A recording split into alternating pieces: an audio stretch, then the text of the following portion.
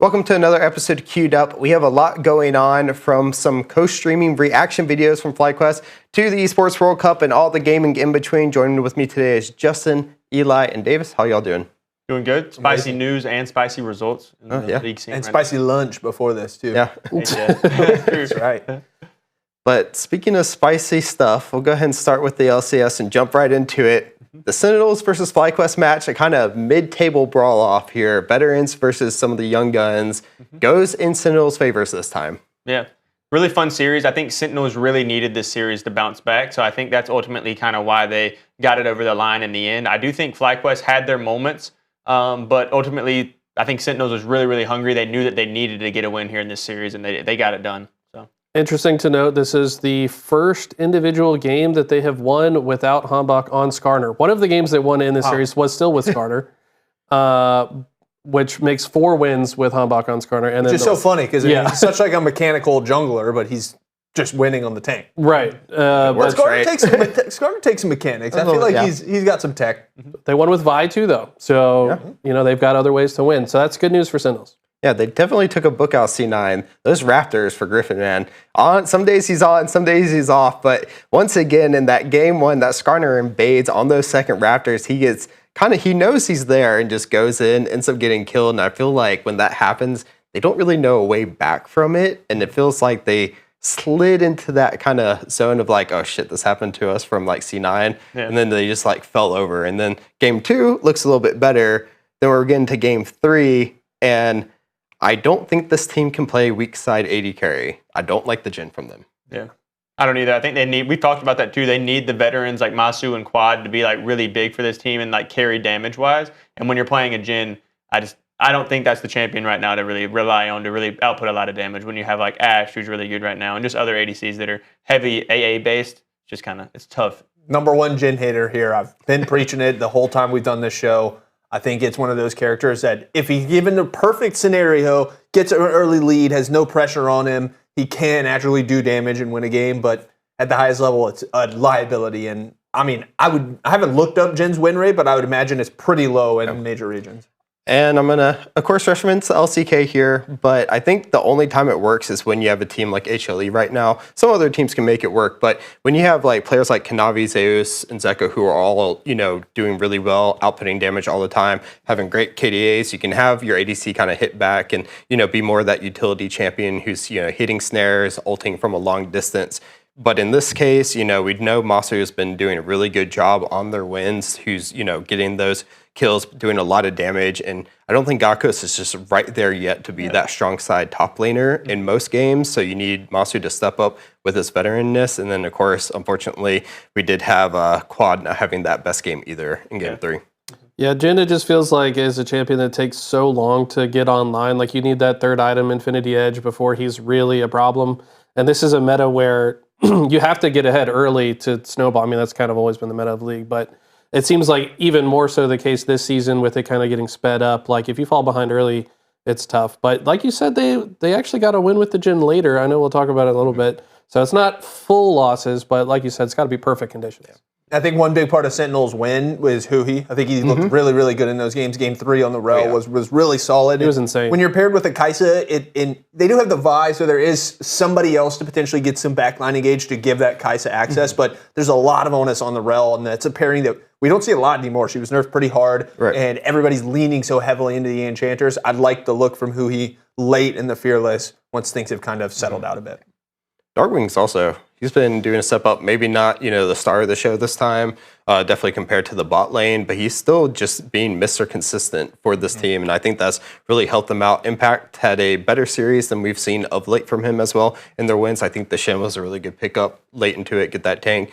Global, someone that can keep people alive, especially when you have that Kai'Sa diving the back line as well. Yeah, the Anivia did look very good. I think there's going to be some discussion around Anivia in these coming weeks about how strong is this character. Like I've seen there's some videos about the LCK and how this character is just dominating. Triple flex. Yeah. You can play top, mid, support, And it's catching people out in crazy scenarios that they're not used to being caught out for with the wall and the jungle. There's some awesome picks, for sure. Well, a lot going on. But They do pick up that win. I think they're still sitting under FlyQuest, though, due to game advantage right now in terms of FlyQuest, but you're still sitting neck and neck. Yeah, so it's really good for both of them. But we're going to jump to the other game that went the distance, and we have Team Liquid against Dignitas, and Dignitas are pulling out some of these, one-game wins, but not able to find the series win just yet, though. It's such a confusing roster, man. The games they win are head scratchers to me. When they lose, it's like you kind of expect it. But I'll be honest, I did not expect them to get a win over Team Liquid. I think this was more of Team Liquid making mistakes than it was Dignitas playing incredible. But you still got to give props to Dignitas. They're fighting back. They are. I think they're kind of throwing everything they can think of at the wall, too, and just seeing what sticks. I mean, they're picking crazy stuff here. We had the Silas top into the Gnar in the game 2, which we talked about last week is a pretty classic counter there. But then also crazy draft in 3. You got the Lee Sin and the Lissandra, which is even in game 3 of a Fearless, I feel like you're dipping pretty deep in the bag to try and pull that out. Yeah, definitely a lot. And I think right now, Quid has been having some trouble on this new squad. And it's something we saw last split into this one. And I thought maybe he fixed it at the beginning, but he's kind of slid back into it. And everyone was praising him last, year, especially at the end run for 100 Thieves. He's becoming one of the best mechanical players in the mid lane. And then now he's just kind of falling off. And I kind of wish we could see what's happening behind the scenes to make this, because I know he could probably bounce back, but it was rough for him that series. Yeah, and I think that was more like, I don't think Palafox played great. I actually think if Dignitas had a little bit better of a mid laner, they might would have won the series because of how bad Quid was playing. But kind of the counter, like you were saying, I think that he does have the potential to bounce back because we've seen it at 100 Thieves, but he's just not fitting in right now with the squad. Jan, he played great. I think he was the main reason that Liquid was able to get it over the line in the end. Game 3, he played. I think it was more even, actually. In games 1 and 2, I think the bot lanes were pretty even, but in game 3, the Team Liquid bot lane kind of really gapped FBI and Ignore. So I think that's kind of where they won in the last little bit. Yeah, I got to shout out FBI Senna, though. I mean, 7-0 and 13. This is a champ that, I always am just not expecting to pop off, but, I mean, FBI proved me wrong. This had a monstrous game. Yeah, if he's got long enough to scale, Senna will eventually become incredibly the attack speed, the healing with it. I mean, there was that top fight near Baron before they even contested it, and he was just popping off. He's just bam, heal. There's no way to kill the Senna at that time. You're just like, well, I think this game is cooked here. Yeah. And but Core JJ also. I think Core JJ has been kind of stepping up for the bot lane. I think Jan's been able to bounce back a little bit more because of him. I think he's been doing great in all of his series as well. Playing a lot of these engaged champs. So we see the Nautilus, we see the Rakan being played a lot.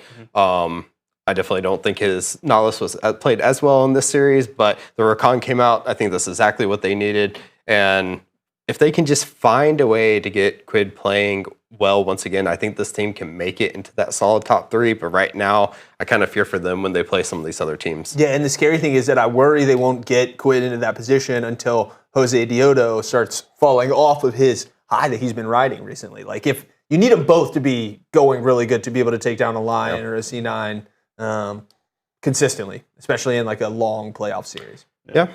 But and the last one is Morgan. I think he's kind of been stepping up a little bit. He's still a little bit shaky, but he at least will have his good series now. And I think that's one of those last points, that I was looking for them. And then unfortunately mid lane kind of went down. But I think if they can start, mixing well, I think he's been playing, either, playing in the off lane a little bit well on the side lanes, or if he needs to get into fights, he's been playing the fights mechanically well so far. We just have to see, because if they play from ahead, this team looks really good when they play from ahead. If they're not ahead, then they fall off, and we know teams like Cloud9, Lion aren't going to let them get ahead most of the time, so you got to start stepping it up there a bit. Yeah, and I also think, hilariously enough, 2 weeks down the line, Palafox has had 2 pretty good weeks following the massive stinker that he laid on the table in week 1. I mean, they weren't able to get wins against Lion or TL, but they stole games away. They played solid. So it just goes to show that you don't predict Palafox. You make a prediction, what you expect, he's not going to deliver on. I also think the meta's kind of going to shift a little bit when we see the changes to the lane quest. Whenever those changes come in from Riot, I think that could really shake things up, because I think a lot of the teams that are playing really well right now are teams that have really strong laners and teams that can build that lane through the laning or through the whatever the quest phase. But I think once we see that kind of get shifted by Riot and we see a lot more team fights and skirmishes happening in the jungle and like team plays actually being made, I think they do have potential to maybe bounce back with that. Because I think they have strong laners, but I don't think they have the strongest laners in the league. Yeah, and I'm not sure. I know they usually play live patch, and that comes out next week on the 28th as well. So that's going to be a really big meta shift. Yeah. So if that does go live right away, that means teams are going to have to adjust to getting that 6% AP AD on that mid lane quest. And you know, if you're right, some teams are maybe utilizing their mid laners more on the side lanes to use the empowered recall. Maybe Quid, who we know is a mechanically gifted player, maybe he starts to shine and he starts getting, you know, some of that damage amp right when he hits that quest. So we'll have to see. And they're also changing the borders. They're not going to be as strict borders to where you're gaining your XP towards your quest. So we could potentially see a lot more fights happening in the jungle that we're not seeing right now because people want to get their laning quest done as fast as possible. So they kind of avoid the jungle and getting out of those areas. So and there's a lot of junglers who want to fight early right now. So I think once they enable that, we will start seeing that. I mean, it maybe not because it adds some variance into the play, and a lot of these professional teams like to play very consistent as consistent as possible, especially early on in the game, which is where I think some of those skirmishes come out. Yeah. So quick hits. We had 2-0-2-0s this weekend, and C9 Lion. We all know that was probably going to happen, right? Yeah. So Lion going back to back, unfortunately beating Shopify twice in 1 week. Anything out of the ordinary for y'all, or just as expected? Kind of as expected. I mean, you guys know I root for Shopify, but even going into this, I was like, they don't really have a chance to be real. I did have Zinni just in the hopes that he would put something. And honestly, in the loss, he didn't play bad, in my opinion. I actually thought the Vex pick was interesting. It's the first time we've really seen her in quite some time in pro play. So all things considered, while getting stomped, didn't have a bad series, but I think Lion's just really good. I think Lion's going to be a problem for as long as the season goes. I think Saint's best performance on that Azir so far, or at least one of the best of the split. You know, he's also been one of those up and down mid laners right now, and if he can play like that consistently, then this Lion team will probably be untouchable in NA. Yeah, you were saying Azir has been kind of cursed in the LCS so far this split. This is one of their first wins, right? Yeah, I think it was actually his first win of the split up until that point. I think it got one more after, but I mean, imagine taking that as a 0% win rate champion. I think out of 6 games being played, and finally gets the one win off of it. Definitely a confidence booster. I think it's pretty smart from Saint too, because we know Azir is one of Zinni's comfort picks as well. So just take it away from him early, and now he's in a weird spot where he's playing champions that he's less comfortable with, but I think it's just kind of a masterclass. Lion has been so good at every aspect of the game, like the draft especially. I feel like their league's ahead. They're so malleable. So they can play so many different champions, so that's why they're so hard to beat. Yeah, I think both them and C9 did look really good in these matches. This is kind of what I want to see from potential top teams facing off against what I view as the bottom. Just pretty consistent domination, and I'm expecting this to be hopefully what we see for the next coming weeks from both of these teams. They've both got pretty easy matchups for the next two, and then I believe Lion ends the season with TL. I can't remember who C9 ends it with, but this is what, consistent, dominant play over teams that you're clearly better than. I like to see that. Yeah. I was a little bit surprised, though, with the fashion, which I think it's exactly what you're saying. C9 is a lot better than Disguise, so that's how this matchup should have gone, probably. But I do think Disguise, especially in the lock-in, had moments where they looked pretty good, and this split so far, they have one win against Sentinels and a 2-1, but they've gotten back-to-back 2-0'd the last 2 weeks, and this one was both of those actually were really dominant. They got dominated by FlyQuest, they got dominated by C9, and really didn't have any, even Castle in this series kind of got dominated. He, in the FlyQuest series, he actually played pretty decent, but everybody just kind of got wiped. The bot lane especially was getting bullied. I mean, they were walking back to lane, getting jumped on before they even got to their tier 1 tower. I kind of feel like FlyQuest and DSG were kind of in the boat of who could, rise to the occasion more, and both teams had talent to do it. Right now, it seems like FlyQuest is taking a little bit more advantage of it. It'll probably take DSG a little bit more time. And remember, this is a team that at the end of the year will have to play for their spot once again. We know they're able to hold on to it once, but these players do have to learn from their time in the LCS to make sure that they can retain their spot. So we'll have to see. Hopefully they can, rise back up, because we've seen some good things out of them, but as of late, they've been falling off a bit. Yeah. And that leads us to EWC. We're going to jump into that, we're going to look at the week ahead first before we jump into EWC, but we do have a next week coming up. Right now, our standings, which we're talking about, we still have C9, Team Liquid sitting at the top. No real surprise there. Of course, Lions' only loss is the C9. I mean, this is kind of exactly what I expected, to be honest. After a little bit of time, maybe Lion being one of the undefeated teams next to Cloud9. I mean, I was expecting a Team Liquid bounce back after their really unsuccessful lock-in split. But I mean, I think this is what most people expected for the most part. Yeah, I think when you're looking at these standings right now, where you should be looking at is 4 through 7. Those teams sitting at 1 and 2. The bottom 2 teams are the ones who don't make it out of this regular season. So that's where you need to be getting wins against those 4 teams. And, you know, if you're FlyQuest, you just lost to Sentinels, and it's a tough one. I also think it's a really big week for Sentinels this week. They played Liquid, obviously, and they could possibly win that series in my eyes. I don't think they're favored. But the other teams like that they're competing with, FlyQuest, I think they're going to get a for sure win against Dig. So Sentinels really needs to win that series if they can. That would give them a lot of leverage going forward to try to pass back over FlyQuest and standings. We'll see about that Dignitas over FlyQuest, or that FlyQuest over Dignitas guaranteed win. Dignitas is They've looked better. take two solid wins off teams that I would say are clearly better than FlyQuest. So who knows? I agree. It's most likely outcome FlyQuest winning. I have some of them on my fantasy team. I'm expecting good things from them, but who knows? They could surprise. Yeah, 100%. I'm expecting this to be one of the least interesting weeks. I think it's going to be 4 blowouts, to be honest. All the teams on the left are going to blow out all the teams on the right. That's how I see it. So you have Sentinels over Liquid? No, Liquid. Liquid was on the left. Okay. Yeah. So Liquid, okay. Yeah, we'll have to see. I mean, both of those teams are kind of streaky, so it could be interesting. Either way. Impact Revenge arc. It will be interesting. It will be interesting. It will be interesting. Okay. But let's go ahead and move on to EWC. We were talking about, unfortunately, these 2 teams, Shopify Rebellion, Dignitas, did get bounced out first. They are gone. Unfortunately, they're just going to get their wins off. And right now, the woes continue for them. Unfortunately, I just think that they lose out a lot with not being in this tournament, because I think it's good practice, especially because you're not going to be getting that scrim practice. You're going to be getting real practice for the weekend.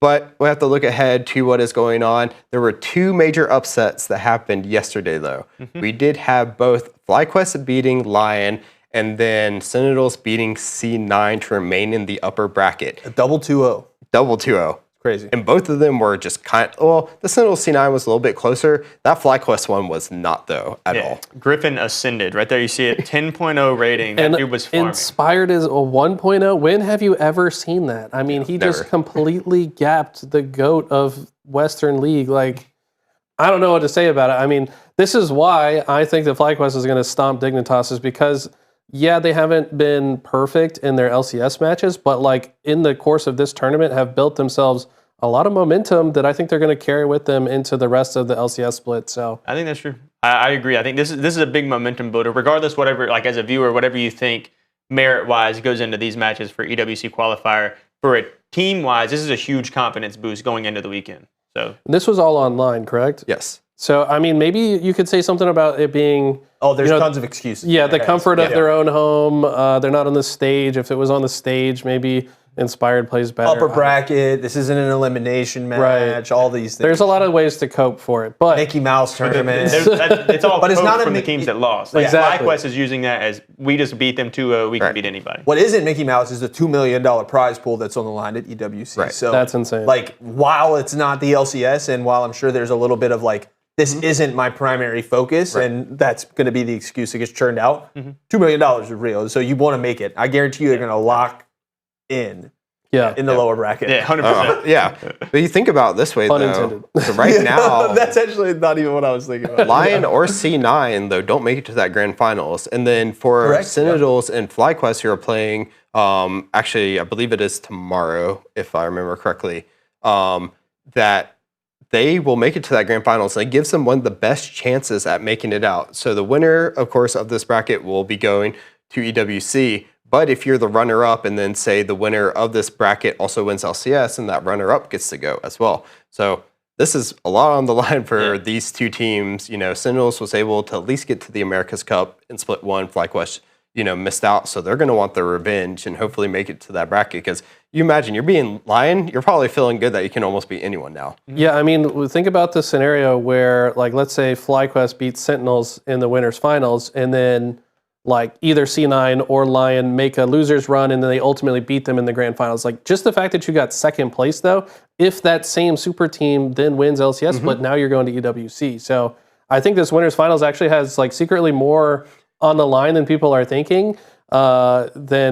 Because even if C9 or Lion make their run, it's a big deal. Yeah, even if you lose in goal, you still have the chance of going and competing for that $2 million. And I think what Justin said too, like I think before this week, the big dog teams, Lion and C9, were probably not thinking about this tournament as much. But I think now it becomes like a real reality. Like we have to focus on EWC because there's only one winner of the LCS. Like our other slot comes from this, and it's us, Team Liquid, and C9, Team Liquid, and Lion all fighting for that one spot. Technically 2 spots if you include the LCS, but again, only one team can win both of those slots, and there's 3 big dogs that are fighting for it. Yep. And, well, we have the bracket, so we'll put up the bracket right now of what's going on. The games are going on, so if you see me looking at my laptop, that is probably why. But we have the whiteboards Turn back, that off, Chris. and we are going to predict who we think makes it to the grand finals, and then we're going to give our grand finals winner prediction since this will be coming, the finals will be on the 28th, so we'll make it before next queued up episode, and then we'll get to see who the winner and who the losers are here. Or maybe everyone's a winner, or everyone's a loser. But I feel like I can guarantee that I have an answer that nobody else is going to put. Okay. I've got Sentinels versus C9 in the grand finals, and I've got Sentinels winning it. Okay. I think this is crazy one, and definitely just betting out of left field, but watching that C9 versus Sentinels match, I saw Impact counterpick Thanatos with a gangplank and win the game. If that's what's going on in Sentinels Online matches, they can do anything and they can beat anybody. So I'm riding that red train all the way to the grand finals victory. All right. I'm going to say FlyQuest wins it all against C9 in the finals. Okay. I think they are super comfortable playing online, maybe more so than on the stage, and that's going to come through. All right. Davis? I'm going FlyQuest Lion. I have FlyQuest winning. I just think FlyQuest is really going to put all their chips in the basket of this tournament and focusing on we can't win the LCS. This is our way to make it to EWC, and so I think they'll be more focused than all the rest of the teams. I think if FlyQuest beat Sentinels in the grand finals, there's a good chance that happens because they looked so good against Lion in that one. If they look good in the grand finals, they'll have that like mystique and that like magic. It'll be harder for them to beat C9 than Lion in the final. I'm sorry, Papa Smithy. I know I'm wearing your shirt right now, but I'm going to go with Lion winning over FlyQuest. Right now, I just haven't seen Inspired make the same mistake twice. So usually when they lose, they bounce back really well the next week. I think that's going to happen again. We'll have to see. They do have tough competition in lower bracket, but I expect them to bounce back here. But I do think that FlyQuest will be able to get the revenge on Sentinels as well after that loss, especially after their win to Lion. I think it would be hilarious to see Lion not lock in and lose to Disguise, not even get into that scenario. Because that's, I think, the thing with C9. C9 has a tough opponent in their lower bracket match that's going on right now, so they know they have to lock in. I could see Lion looking over Disguised and making another catastrophic mistake. Ooh, that rough. That happens today. One thing that kind of benefits, actually, let me look really quickly and see who FlyQuest plays next week. Yeah, so FlyQuest's next 2 games are Dignitas and Shopify Rebellion. The final for this qualifier is right in between the middle of those games. Yep. I think they kind of have an easy schedule to where they can lock in on this final run if they want to qualify for EWC versus the other teams.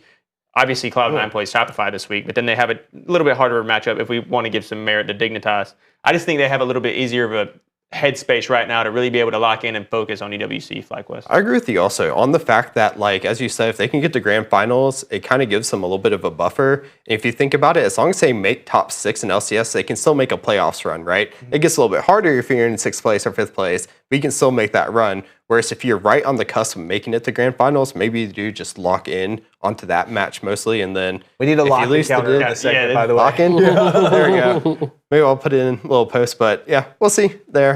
Games are going on right now, so we'll update you with those next week on who makes it to EWC.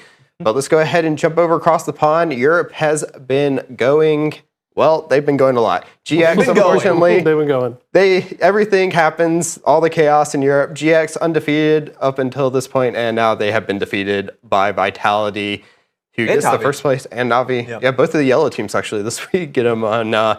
They weren't the worst matches either from GX, but I mean, Vitality just looks on another level right now. Yeah, and I feel like I did kind of predict this, Pat, last week. You know, when we were looking at the difficulties that led to these 2 points, looked like Vitality's 4-1 was definitely a little bit, or 3-1. I can't remember. Their 4-1 was more impressive than Giant X's 4-0. So I wasn't surprised to see these results, and I think it's maybe Giant X is just a little cursed now. They look like at the start of every LEC season, they look like they are going to be a threat to take down a top 3 team and secure a big spot in the high seeds, and then they drop the ball.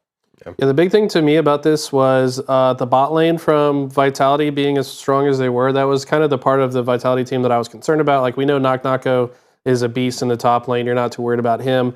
But there are some really good bot lanes in the LEC in general that are hard to play against. But against even Noah and June, which in my opinion are a very good bot lane, they looked dominant. I mean, they kind of controlled from start to finish. So. That Nako Quinn in game 1 led to some crazy gameplay. Like, I mean, it was just so wild. They'd be engaging in one fight, and then it looked like they're completely winning.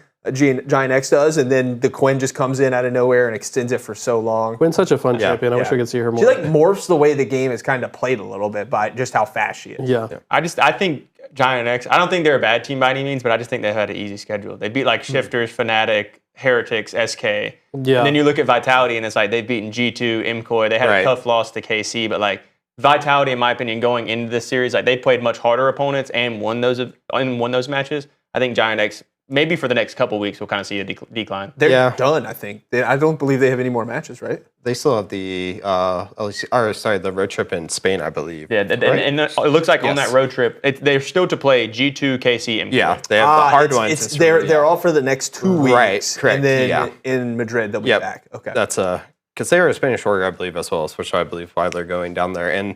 But I mean, I had to give props to Humanoid in his match versus GX. Yeah. There was multiple times where he was just behind, especially in the Cassiopeia game, where it didn't seem like he could buy a kill if he wanted to, but he was landing some good ults, and he became almost the best support mid ever, dude. He was just like, getting there. Eventually, he would just land a couple of stunts with the petrifying gaze and allowed his team to follow up. Unfortunately, he's just still probably sitting there, just please let me get one, please let me not coming, but he's still doing a lot of work, and I think that's just where when all cylinders are firing for this Vitality team, they're looking really good, and we could potentially see them making one of the spots to MSI or EWC, because EMEA does have the 3 slots for EWC this year as well. I think we'll almost certainly see them in at least one of those 2 things, right?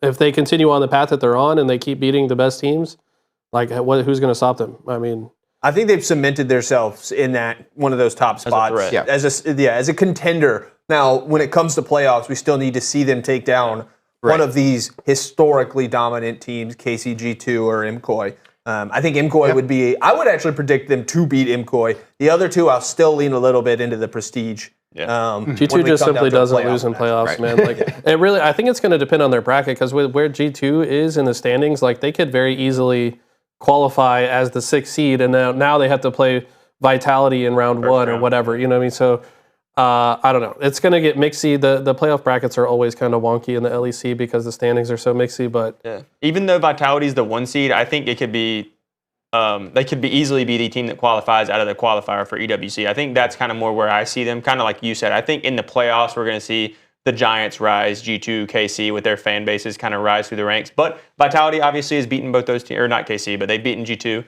So they could win the playoffs. But the way that I see them, and I feel like the way that playoffs typically go in the LEC, it would be better for Vitality to focus on EWC and locking in their spot there. Yeah, in fact, speaking of G2, though, they did get their 2-0 weekend, so they are starting to ramp up a little bit. Not the hardest of their schedule so far. Potentially the easiest. Probably the easiest, actually. But it's SK and Shifters. Oh, that's right. So G 2.0 and then the worst team in the league. Shifter. That's such a meme right now. I really can't take them that seriously. And I was like watching the match yesterday. I was just like, okay, cool. At least G2 speedrunning this for us, get it done as quick as possible. But they do, as we said, on the MCOY trip, will have the triple week. I don't believe they played this weekend, so they do have their off. Okay, cool. But, I mean, it's good to get those 2 wins before you go onto that little bit of break. So you do have a little bit of momentum, get the focus on scrims, EWC qualifiers for a little bit, then get back, and you'll have that hard week where I do think they have to play like 4 or 3 in a row. Something like that, yeah, something. So this is the turning point in the season for G2. If I was part of their coaching staff, this is what I would have like drawn on the calendar as we play this week, we do good, then we take a couple days off, and then we use this whole next week and a half of a break and really lock in and start peaking towards the playoffs. I'm sure that's what they're doing. It doesn't take a genius to come up with that kind of a strategy, and I think good on them for doing what they should have. Their schedule is interesting, right? Because they're going to have to play 3 matches in the weekend, very last weekend. So it kind of puts a lot of pressure on them, right? I mean, the way the LEC schedule works, it feels like there's a lot of the road trips are going to be so important. Because I think they actually play on week. They play one matchup week 6. Right. Okay. 7. Yeah. So they have a lot going on in that week, and then of course it's and it's tough matches too. I think they're playing. They're playing Koi and KC. And that's Koi in Madrid. In Madrid. Yeah. And maybe this Giant X, I didn't even know Giant X was a Spanish org, so potentially they could have a hostile crowd. I do think regardless of the origin of the team, G2 will be the crowd favorite against Giant X. But against Koi, it's interesting. Last match of the LEC split, if there's some stakes on the line, things could be a little hostile. They're saving the best for last, is what I'm noticing with this LEC split. There's some banger matches that are going to happen in the stadium, and even the one in Paris is going to be absolutely bonkers. They're going to be so loud. I can't wait to watch those ones. Great segue. Let's go ahead and take a look at this road trip this weekend, heading to Paris. I mean, these are always a lot of fun, as long as there's no technical difficulties, but we get the Friday, Saturday, and Sunday matches now, and unfortunately, it is starting off a little bit slow. They have to save the limelight for KC on, the later or the second slot of that Friday match versus Navi. I think that will be a lot of fun, but we do have Shifters versus Fnatic opening up. But do we see this as a KC 3-0 weekend? And I'm mostly just talking about the Friday match. I feel like they gave them some easy runs. Yeah, I mean, Navi will be tough, but the other ones, it's like, This is not the highest billing teams to have booked for the Paris road. Yeah, I wish that Vitality was in the mix for this. Aren't they also a French organization? Yeah. It's weird and it has me scratching my head why they're not here. This does feel like a layup 3-0 weekend. Navi probably the team that gives them the most trouble here, but I do like the Navi team. Yeah. They've played really good, and I think they're heavy. They've really committed to the tank play style. Rilesh is playing a lot of the top laners who are doubling as junglers. That was a really weird way of phrasing that, but I think you understand what I'm saying. So I think that will scale well. I don't think you'll see a big drop off in performance from him going from online to LAN. I think tanks versus very high mechanics champions, you see less of a fall off. So who knows? But it's KC in Paris. They're going to be a hard team to beat. I think it could be interesting, though, simply because of how long it's been since we've seen them play, and that being the first match. If they were playing Navi on Sunday, I would feel a lot more comfortable because they've had kind of 2 maps to warm up or 2 series to warm up, and then they play Navi. Them jumping straight in on Friday with maybe not even as big of a crowd either because it's still a weekday necessarily. Yeah. Maybe who knows what happens. They did play Monday. So they did play SK on Monday. So at least they have that. They're going to have a couple of days to travel and then get ready. So at least they have a little bit of warm up under their belt. But again, it's one of those things that they're playing SK, right? So how much of a challenge was it for them, heading into this match? Straight up played the least of any team in the they've only played 3 matches. So technically they could end up we're considering Vitality the number 1 team because they've done so well, but KC could still make a run, and if they don't lose any of their matches and end up as the 1 seed. Right. Yeah. I mean, take a look at their bracket right now as well, because I believe it's funny, because I saw a post of someone saying, what am I even looking at for their bracket? Because, you have KC sitting in, 4th, but they've only played a couple matches. So they're like, is that what you standings. Yeah, Sorry, Sorry, the standings. The same old LEC crazy standings. Right. I think there's something... This picture is ridiculous, by the way. It's wild. But it's also, they pick a very appropriate player picture to kind of stick with. I don't know, what is he doing? Is he a spooky ghost, or is he like a marionette puppet master? I think he's Nocturne ulting whoever's looking at the image. That is like a sleep paralysis demon who I'm using. Looks like Briar to me. Yeah.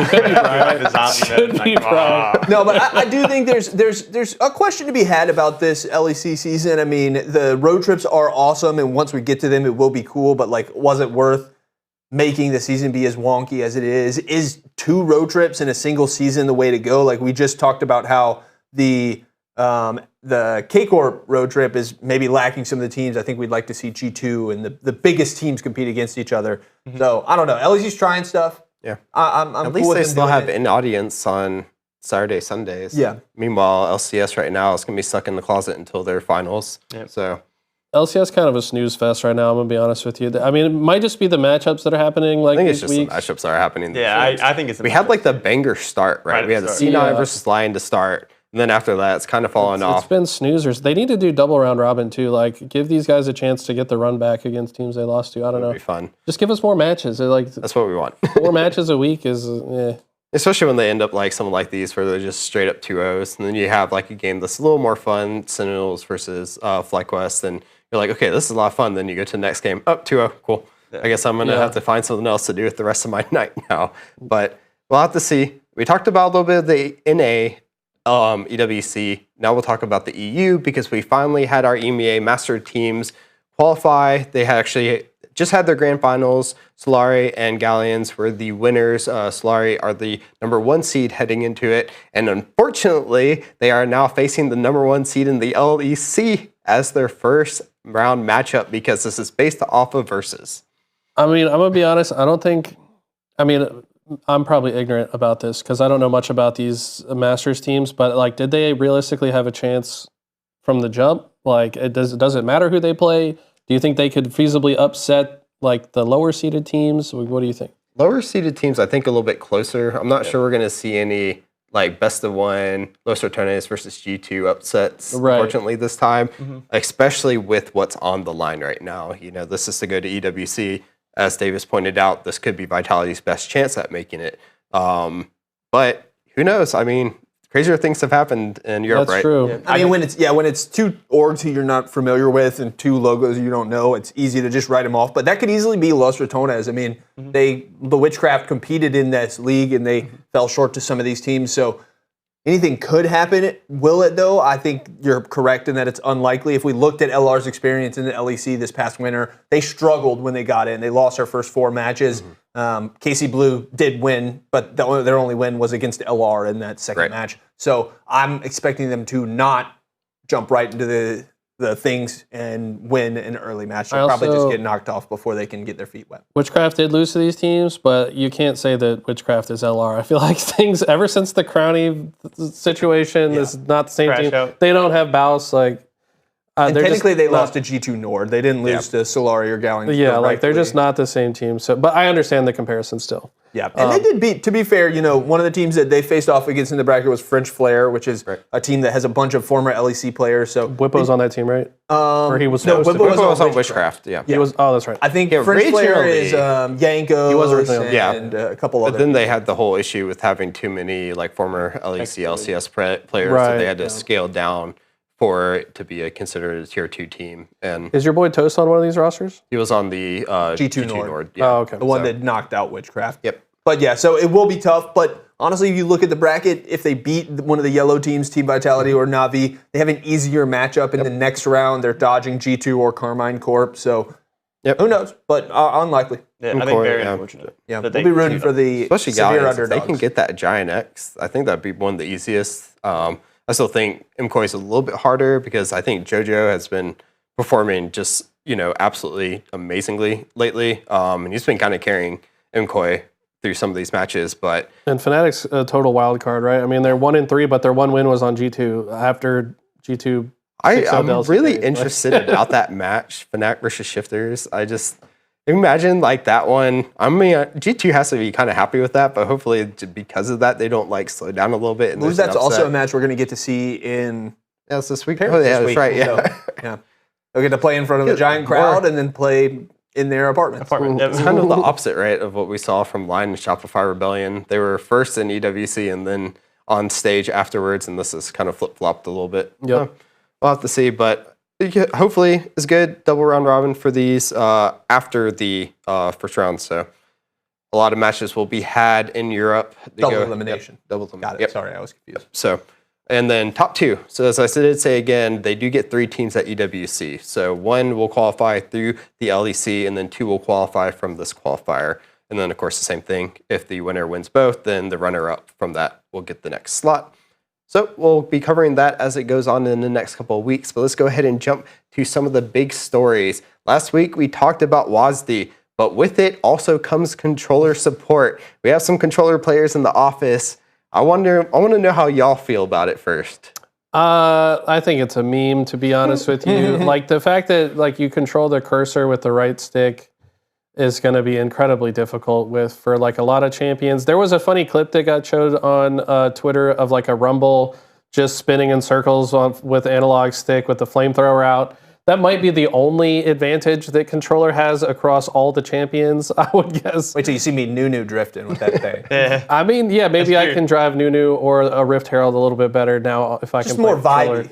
It is more vibey, but I feel like the vast majority of champions are going to be hard unless there's like, what's the setting where it's like A to attack? Like if your cursor is just near somebody, then it'll auto attack them. Attack to move? Attack move. Yeah, attack move. Like I think that is probably mandatory if you're going to play controller because then you don't have to like literally be aiming the cursor directly on them.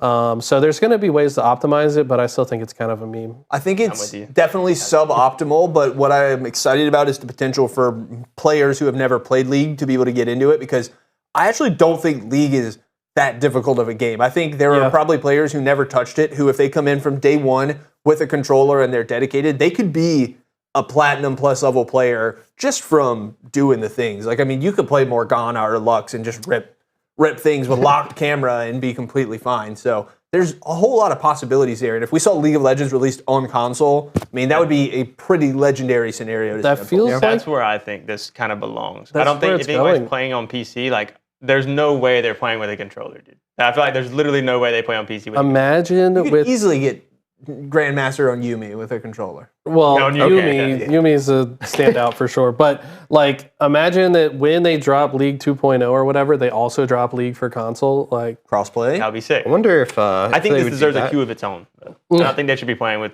keyboard and mouse players. Yeah. Really? I don't think they'll be able to compete whatsoever. I think what it should be is what we've seen in a lot of games is where quick play, draft, ARAM, all those things are cross-play, and then ranked, probably separate queues. I do think MOBAs are one where people would be pretty tilted by having to play against controller players. But the addition of voice chat means that controller players would actually be able to talk to us. Not being able to type would be a severe hindrance. Yeah, That's very true. I didn't even think about that. A lot of conjoining paths that's true. of the Yeah, Riot voice development chat. cycle that are leading to something for the Something. Something for Not the- League next, though. Yeah. I do know that, Smite for a while, they did have a console league all their own. It was actually kind of entertaining to watch. Obviously, I do think that game was a little bit easier because, it was, built for... like third person. Yeah, and you're moving and you have to aim a lot, so maybe it was a little bit easier compared to what League has. Maybe if they poured over Wild Rift instead, where it is kind of controlled with the two thumb movements, maybe that could be in place of like the two joysticks. I don't know. I'll just say historically, top down has not been good for controller games in general. Like when they've tried to they put like StarCraft on console at one point, and it just doesn't feel right. Like where you have to like select your units or like, it just doesn't really work.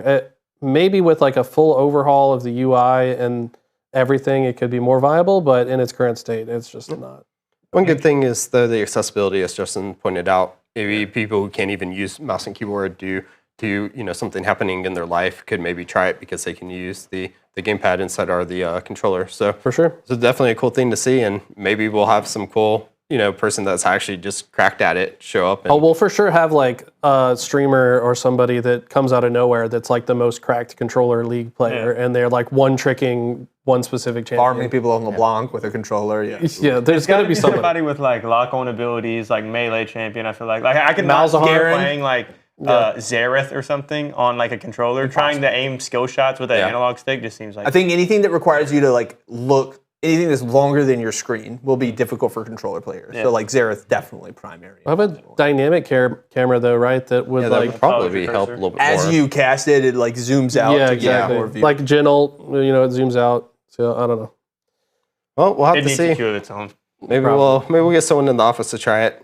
I'll try it. We can make a. If you guys want to watch a Halo Pro try League on controller, let us know. We'll make that definitely video. we'll get that video out. Put it Where on should they go to see queued you up do channel. it, Eli? Global Gaming Network. Yeah, or your Twitch. That's what Or my I'm- Twitch. I mean, Both. yeah. Same time. We can promote it. What is it? Eli the Ninja is we my go. Twitch. There I'm we actually go. streaming tonight. I'm playing Yeah. Halo. Ooh, nice. Or yesterday. Yeah, when this is released. Yeah. All right. He'll be streaming tonight too. Just catch him on it. Just look it up. Well, rerun of Bob. Yeah, I'll go watch this past broadcast and see how it goes. That's what I do sometimes when I'm feeling lonely. Just rebroadcast. Eli's boss. What the hell, dude? All right, so we do have a little bit of community split on a FlyQuest video that came out about co-streaming and what it is doing to the esports ecosystem. I'll let Justin take this one off, though. Yeah, I mean, they released this video called The Hidden Cost of Co-Streaming in Esports this past weekend, and it's been a mess. I mean, the community as a whole reacting to it has been just honestly violent towards FlyQuest, and FlyQuest deserves it. This thing is a nasty piece of content. I mean, it's well made, like great work on the editors for doing it. There was actually some things that I think we could learn from their editing style, but the way that they like villainize the co-streamers who honestly, in my opinion, have done nothing wrong, and while there's a decline happening in the esport, it's easy to point at them and point the blame there. I definitely don't think that they're the root cause of it, and it's wild for an org to release something like this. And the worst part was that like 3/4 of the way through it, they just like start plugging their own co-streamers and being like, yeah, I know we said that co-streamers are bad, but these are our co-streamers and they're actually amazing. Here's why you should watch them. This was a very confusing video for me because you guys probably don't even know this, but the editor and the person they joined with, Turned Down for Walt, is like the Smash content creator. Oh, really? He's made a ton of phenomenal videos about Smash. He's been doing videos about Rap Monster and all this stuff. So it was like, when I saw this pop up in my feed, I'm like, what is Turned Down for Walt doing with FlyQuest? And then I watch it and it's like, okay, I don't know. It's a very confusing video for sure. It's a good topic to talk about because I do think that co-streamers are certainly having a massive impact on esports, but there's like pros and cons that you could debate all day. We don't have enough time in this episode to debate it, but it is weird when you turn on Twitch and Cadril has 300,000 people watching his stream and then the actual broadcast only has 50,000, right? And it's like he's getting significantly more Twitch revenue just from himself putting his personality over top of the gameplay than the production that probably spent 10,000 more dollars, like 10,000 times as much investment into producing it. So it's like they've got to close the gap somehow. Yeah. I don't think villainizing the co-streamers is the way to go. That's not their fault. They're just using the system the way they know they can. Yeah. But I do think that there should be, and this is starting to be a thing in fighting games and Counter-Strike, they're adding more and more co-streaming rules. Like I know you guys were talking about the ESL changes. It's like something did have to change, but villainizing the co-streamers I don't think is the way to go. Yeah, I think there's points on both sides to be made at like you said, kind of co-streamers using the product of the LCS or whatever league you want to use and keeping it as their own kind of, not really giving much back to the league. Like for the thing that I think about this is like with Cadril, for example, like he's not attached to any organization. He's just, promoting all these leagues. And it's not like if you have LS, for example, with FlyQuest, like he's directly connected to FlyQuest and building the fan base to that organization, which ties back into the league. Cadril's just kind of putting on the match. He's building his own fan base, his own fandom around him. So I think that's why he kind of got some backlash from organizations coming at him. I think there's valid points to be made on both sides. I think co-streaming is one of the better ways to watch the game that we all love, and it gives a little bit more entertainment to that. I think the argument you can make is that tournament organizers need to make their product more entertaining for viewers. That's why everybody's watching co-streamers, is because it's a more entertaining way to watch the game. So I think both sides have valid points that they need to address. Yeah, I kind of wish it was 2 videos, to be honest. I kind of wish they had done like the first video as we want to bring this to light, but didn't plug their own streamers after it, and then say, maybe have a video this is what FlyQuest is trying to do to kind of bridge this gap, and this is what we want to do with our streamers. So maybe help the ecosystem of esports. Because I was thinking about it, and I watched co-streamers, I watch Sneaky all the time, and they were like, there's a segment they were doing on the LCS with a sausage of where they were trying to show where the teams were in relation to each other using this long sausage. And it's one of those things that, for me, like I understand maybe they're trying to use like half cringe to get people to watch, be like, oh, they brought out a long sausage and now they have the Shopify coach out there putting teams on it and trying to show how close they are. That's not entertaining to me. I'm just like sitting there and I'm like, what are they doing? Maybe that's because I'm getting a little bit older, but I would much rather just a professional, and I say this while I watch those 3 or 4, sorry, the whole cast of like Meteos, Pobelter, Double Oath, and Sneaky. Some of their tangents go off too far, but the same thing with a stream. It's just like these in between times. I think sometimes they're trying too hard on some of these official broadcasts instead of just making it good. They're trying to be like cringe or trendy, and I don't like that as much. So of course that pushes me more towards the co-streamers. The video itself, I think, if done with a little more tact, would have been really good because I think the actual topic was a good topic to bring up, just not executed very well. Yeah, I think it's one part I think that's pretty tone deaf about it, and what's weird about like FlyQuest producing this video is that North America, the LCS, like we are not a region that's dominated by co-streamers the way the LEC is. Like, you know, Dom, who was one of our biggest co-streamers, now coaching, so he's not co-streaming any games. Double Lift, Sneaky, Meteos, these guys don't get more viewers in the main broadcast. So I actually think our region doesn't even have a major issue with co-streaming. It's mostly just the LEC and Cadril being like a crazy anomaly. So I don't even understand why FlyQuest is like sticking their nose into it and stuff. It's a weird. I like the org I like orgs making content, but this wasn't it for me.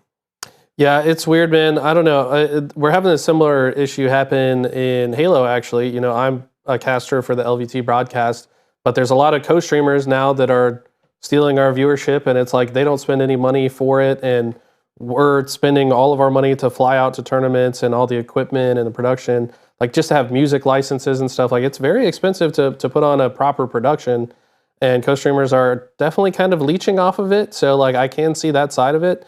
But it's also like, it's just a function of how Twitch works, right? Like the other downside that sucks is there's a lot of people that would go to the tournaments and like be a part of the broadcast. They could be a caster, but they actually make more money staying home and streaming the event. So of course it's in their financial gain to do so, and you can't blame them for that either. So. Yeah, Dom in his reaction to this video had a whole long rant about how pretty much every co-streamer now is someone who Riot had the chance or did have on their broadcast and then wasn't willing to pay them what they thought they could make from co-streaming and doing it on their own. So there's definitely some the hand is forced. Yeah. I think in the future there will be more things implemented like they are in Counter-Strike, where it's like if you want to co-stream, then we're going to have to work out a contract of how we can get some of this revenue back into the league. Yeah. The rights to co-streaming will never be free again. Yeah, after ESL is kind of setting the standard, and it's going to become widespread very soon. I think this year is going to be the biggest change that we've seen in co-streaming. People will still just live view. I think live viewing is totally fine. You don't need it on screen. There's plenty of little plugins that work with Twitch where they can just have their MooBot drop a link over and over that takes you to a website that just puts the video behind it. I mean, those are super easy to set up and, not an issue. We'll have to see how it goes. I mean, as you said, conditions are being put into place now for some of these co-streamers. We'll have to see how far they go and what happens. As I know, definitely a lot of people, especially in the comments, saying, well, if Cadril didn't stream, I may not even know. That's a little bit of a problem in its own. But it's going to have to be on these TOs to figure this out, because right now, I think, without it, they're going to lose a lot of viewership. Yeah. But we'll have to see. That's for a lot of other people who make a lot more money than us to figure out on their end. And hopefully, we can just find a happy middle ground for everybody, because at the end of the day, I just want to watch some League of Legends. So, and hope everyone else does too. Yep. And so we'll go on to my favorite part of the segment, because I'm still in first place right now, fantasy time. And last week was a little bit of an interesting week with some of the teams, but we'll take a look at these scores. Yeah. Actually, we were really all close. super close. Look at Tanner right there. Look at that. Yeah, 0.5 ahead of Eli. Yeah, so close. Yeah, I had, I think, 3 Cloud9 members, and that was like all of my points. I had Zinni on there who got like 9 points or something.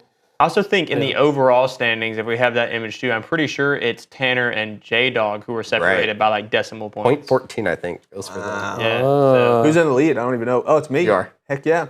Take that, Tanner. Yeah. Not even here to I defend wonder how himself. Tanner feels about that. He's screaming out there. there. He got a pretty good team set up for this week. I saw it. We're going to have to start putting his up as well. Yeah. Bro, you were feeding him all his picks. I heard it from across the office. I fed him 1 pick. You fed him 1 pick and 10 picks. minutes of discussion. Yes. Yeah. I helped him out. And to be fair, all of Chris's picks that he was probably feeding him, Tanner probably can't afford. So No, he could. We actually got it on there for his picks. So Okay. he has a pretty good team going this week, let's look at hopefully. these Chris was very involved. That's all. Yes, I was. I was very involved. We'll take a look at mine first. Yeah. Because there's been so many changes across my team in the coach section. Yeah, we just put a think card back in there. Third time's the charm. He's going low this week, guys. Third time's the charm. Third time's the charm. Well, Griffin was low last week, so this means he's gonna have a high week this week. That's how it works, right? True. I mean, Sure, man. hopefully. Or if not, I can just put his EWC stats in, right? Maybe get Tanner to change that up for me on the back end. There you go. So not a single change here, huh? No. Just think card. Yep, just the coach. Moving from spawn to think card on this. I like that. Like, yeah, next up is me. I believe I have Thanatos and a bunch of Lion players as well. Yep, Thanatos, Inspired Saint.